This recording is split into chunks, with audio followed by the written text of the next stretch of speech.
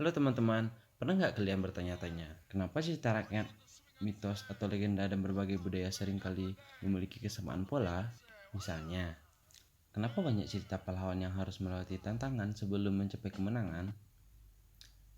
Nah, untuk menjawab pertanyaan ini, kita akan membahas teori strukturalisme dari Claude Lévi-Strauss. Apa itu strukturalisme?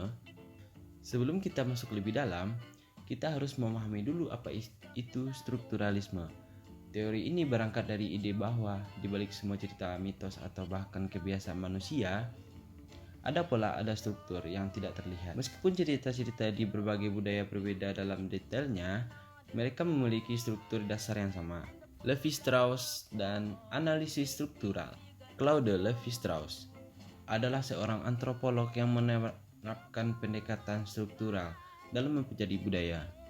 Menurutnya, manusia berpikir dalam oposisi biner atau berpasang-pasangan. Misalnya, baik versus jahat, siang versus malam, hidup versus mati. Dan pola biner ini juga tercermin dalam mitos dan cerita rakyat. Lévi-Strauss percaya bahwa mitos bukan hanya sekedar dongeng, tetapi merupakan cerminan dari cara manusia memahami dunia. Contoh dalam mitos dan budaya. Mari kita lihat contoh nyata. Dalam mitos Yunani tentang Prometheus, ia mencuri api dan para dewa untuk diberikan kepada manusia. Akibatnya, ia dihukum dengan dirantai di gunung dan setiap hari hatinya dimakan oleh burung elang. Sekarang, coba kita lihat cerita Nusantara. Misalnya Malin Kundang. Malin tidak bersyukur kepada ibunya dan akibatnya ia dikutuk menjadi batu. Kedua cerita ini memiliki struktur yang sama. 1. Tokoh utama melakukan tindakan yang melawan norma. 2.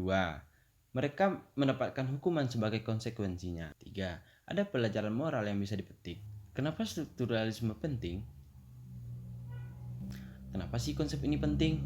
Dengan memahami strukturalisme, kita bisa melihat bahwa cerita dan budaya di seluruh dunia punya benang merah yang sama. Ini membantu kita memahami bahwa manusia meskipun hidup di tempat berbeda, memiliki cara berpikir yang mirip. Nah, itu tadi sekilas tentang konsep strukturalisme dari Lévi-Strauss. Saya dapat melihat bahwa waktu kita hampir habis. Jadi, untuk menyelesaikannya, saya ingin mengucapkan terima kasih.